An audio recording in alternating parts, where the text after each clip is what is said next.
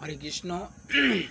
নমং বিষ্ণুপদায় কৃষ্ণপ্রেষ্টা ভূতলে শ্রীমতী জয় পতাকা স্বামিনীতি নামিনী নম আচার্য পদায় নিতাই কৃপা প্রদান গৌড় কথা ধামোদয় নগর গ্রামতারিণী নমং বিষ্ণুপদায় কৃষ্ণপ্রেষ্টা ভূতলে শ্রীমতী ভক্তিবেদান্ত স্বামিনীতি নামিনী নমস্তে সরস্বতী দেবী গৌরবাণী প্রচারিণী নির্বিশেষ শূন্যবাদী পার্শ্বতারিণী। এখন আমি আপনাদের কাছে উপস্থিত হয়েছি ভোগ কীভাবে নিবেদন করতে হয় ভগবানের সামনে, সেটা নিয়ে আমি বিশদ আলোচনা করার চেষ্টা করব। ভোগ প্রথমে আপনি যখন ভগবানের ভোগ নিবেদন করবেন এবং ভগবানের ভোগ যখন হবে এবং ভগবানের ভোগের জন্য কি থালা এবং কি দিয়ে ভোগ নিবেদন করতে হয় এবং ভগবানের ভোগ নিবেদন মন্ত্র কীরকম এবং ভগবানকে ভোগ নিবেদন কীভাবে করতে হয় এবং কীভাবে তাকে আহ্বান করতে হয় সেটা আমরা আজকে শুনব। প্রথমে যখন ভোগ রান্না করবেন তিনি যেন বিষ্ণু মন্ত্রে এবং তিনি যেন ভোগ রাধার অধিকারী সেই লোক যিনি গুরু পরম্পরার মাধ্যমে হরিনামের দীক্ষা পেয়েছেন এবং যিনি 16 মালা জপ করেন এবং যিনি একাদশী পালন করেন এবং শুদ্ধ বৈষ্ণবের কাছে গুরুদেবের কাছে তার দীক্ষা হয়েছে এবং তিনি যেন সারা জীব এবং তিনি যেন নিরামিষ ভোজন করে বা প্রসাদ ভোজি হয়, সেই লোক ভোগ রান্না করার সুযোগ পাবেন। তিনি 16 মালা জপ করেন, যিনি প্রসাদ ভোজি, যিনি একাদশী পালন করেন এবং যিনি গুরু পরম্পরার মাধ্যমে গুরুদেবের কাছে দীক্ষা পেয়েছেন, সেই ব্যক্তি এবং বিষ্ণু মন্ত্রে দীক্ষিত সেই বৈষ্ণব ভগবানের ভোগ নিবেদন করার এবং যোগ্য। এবং ভগবানের ভোগ যখন নিবেদন হবে তখন অন্য কেউ যেন নাই সেগুলো স্পর্শ করে এবং সব ব্যঞ্জন এবং অন্ন রান্না হওয়ার পরে এবং ভগবানকে আতপ চালের অন্ন দিলেই সবচেয়ে ভালো, বেটার। যদি না হয় তখন আপনি সিদ্ধ চালের করবেন, আতপ চাল সবচেয়ে বাঞ্ছনীয়। তাই সেই ভোগ যখন রান্না হয়ে গেল, এইবার ভোগের থালা ভালো করে সাজিয়ে আর থালাকে ধুয়ে বাটিপত্র থালা যেগুলি হচ্ছে যে থালায় ভোগ লাগাবেন সে থালা যেন কখনও কেউ স্পর্শ করে না, একবারে নতুন যেন দোকান থেকে কেনা এইরকম এবং পরিষ্কার পরিচ্ছন্নতাভাবে ভোগ লাগাতে হবে। সেখানে ভোগ লাগানোর পরে ভোগ যখন নিয়ে যাবেন ভোগটাকে ভালো করে সাজাবেন, সাজানোর পরে সেখানে ভোগের থালায় যদি ফাঁক থাকে, বড় থালা হয়, তাহলে তার পাশে পাশে আপনি সবজি বা ব্যঞ্জনের বাটিগুলো বসিয়ে দিবেন। আর যদি না বসানোর সুযোগ পারে অন্য পারে এবং ভোগের ওপরে একটু ঘি দেবেন, তারপরে একটু লেবু দেবেন। তো এবার ভোগ থালাটাকে নিয়ে এবং সবজি যখন নিয়ে যাবেন তখন আপনি শঙ্খ বাজাতে বাজাতে এবং একজন জল ছড়াতে ছড়াতে ভোগের থালাটা ঢাকা দিয়ে নিয়ে যাবেন মন্দিরে। এবং মন্দিরে নিয়ে যাওয়ার ভোগ থালা যখন বসাবেন তার আগে সেখানটা যেখানে ভোগ থালা বসবে সেখানটা ভালো করে জল দিয়ে, গঙ্গা জল দিয়ে ভালো করে পরিষ্কার করে এবং সেখানে 2টি আসন দেবেন এবং আসনের উপরে কিছু বেশ ফুল দেবেন। বাম সাইডে গুরুদেবের আসন এবং ডান সাইডে যে আসনটি থাকবে সেটি হচ্ছেন ভগবান কৃষ্ণের আসন।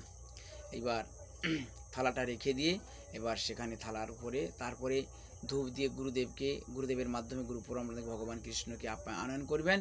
তারপরে এসে গেলে থালার উপরে এইবার ভোগ নিবেদন করে এবার ভোগের মন্ত্র ভোগ থালায় এবং ভোগের প্রত্যেকটা অংশে তুলসী বিনা যেন না থাকে তুলসী পত্র প্রত্যেকটা জায়গায় দিতে হবে ভোগের থালার উপরে। এবার ভোগ নিবেদন করার আগে এবং একটি জলের গ্লাস দিতে হবে, সেই জলের গ্লাসে যেন একটা তুলসী পাতা দেওয়া থাকে। এইবার ভগবানকে ডাকবেন, বলবেন নমং বিষ্ণুপদায়, গুরুদেবের প্রণাম মন্ত্র, নমং বিষ্ণুপদায় কৃষ্ণপ্রেষ্টা ভূতলে শ্রীমতী জয় পতাকা স্বামিনীতি নামিনী। এরপরে প্রভুপাদের প্রণাম মন্ত্র, নমং বিষ্ণুপদায় কৃষ্ণপ্রেষ্টা ভূতলে শ্রীমতী ভক্তিবেদান্ত স্বামিনীতি নামিনী নমস্তে সরস্বতী দেবী গৌরবাণী প্রচারিণী নির্বিশেষ শূন্যবাদী পাশ্চাত্য দেশতারিণী। তারপরে কি বলবেন, নব ব্রাহ্মণ দেবায়, চৈতন্য মহাপ্রভুর মন্ত্র, নব ব্রাহ্মণ দেবায় গো ব্রাহ্মণী জগদিতা শ্রীকৃষ্ণায় গোবিন্দান। তারপরে কি বলবেন,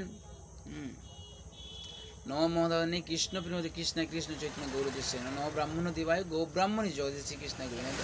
এই বলে তারপরে বলবেন গুরুদেব গুরু পরম্পরার মাধ্যমে রাধা মাধব নৃসিংহদেব ভগবান ভক্তের প্রহ্লাদ মহারাজ ভক্তেন তুলসী মহারানী সমস্ত দেবদেবীকে আনয়ন করে এবং রাধারানী ভগবানকে আপনি ভোগ নিবেদন করুন, এই বলে গুরুদেবকে বলে আপনি বাইরে চলে আসবেন। এসে সেখানে ব্রাহ্মণ পঞ্চরাত্রিক মাত্র দীক্ষা হলে বা ব্রাহ্মণ দীক্ষা হলে 1 মালা গায়ত্রী জপ এবং যদি হরিনাম দীক্ষায় দীক্ষিত হন তাহলে আপনাকে 1 মালা জপ করতে হবে এবং সেই সঙ্গে সঙ্গে ভোগ আরতি চলবে। ভজ ভকত বৎসল শ্রী গৌরহরি শ্রী গৌরহরি সই গোষ্ঠ বিহারী, এই ভজনটি চলতে থাকবে। তারপরে এই ভজনের পরে তারপরে 1 মালা জপ হয়ে গেলে এবার আপনি হাততালি দিয়ে বা ঘণ্টা বাজিয়ে জয় ঘণ্টা বাজিয়ে ভগবানের মন্দিরে প্রবেশ করলেন। মন্দিরে প্রবেশ করে গিয়ে এইবার প্রথমে জল দিয়ে ভগবানের মুখটাকে ধুয়ে দিলেন। মানুষে বললেন ভগবান আপনি মুখটা ধুয়ে নেন হ্যাঁ, তারপরে আস্তে আস্তে মুখ ধোয়ানোর শঙ্খ দিয়ে মুখ ধুয়ে দিলেন এবং হাতে ঘন্টায় হাতে শঙ্খ জল থাকবে দেখে দিলেন। তারপরে রুমাল দিয়ে ভগবানের মুখ এবং সমস্ত ভগবানের দেবদেবীর মুখ মুছে দিলেন। মুছে দেওয়ার পরে এইবার মুছে দেওয়ার পরে এবং ভোগ থালা নিয়ে আপনি বাইরে বেরিয়ে আসবেন।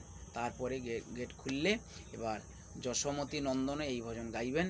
গাইতে গাইতে প্রথমে ধূপ এবং তার প্রদীপ দিয়ে দেখাবেন। তারপরে যখন নৃসিংহদেবের আরতিটা হবে চামর দেখালেন। তারপর নৃসিংহদেবের যখন আরতিটা হবে চামর পখা দেখালেন। তারপর নৃসিংহদেবের যখন আরতি হবেন তখন আপনি ওই কর্পূর প্রদীপটা ভগবানকে দেখাবেন।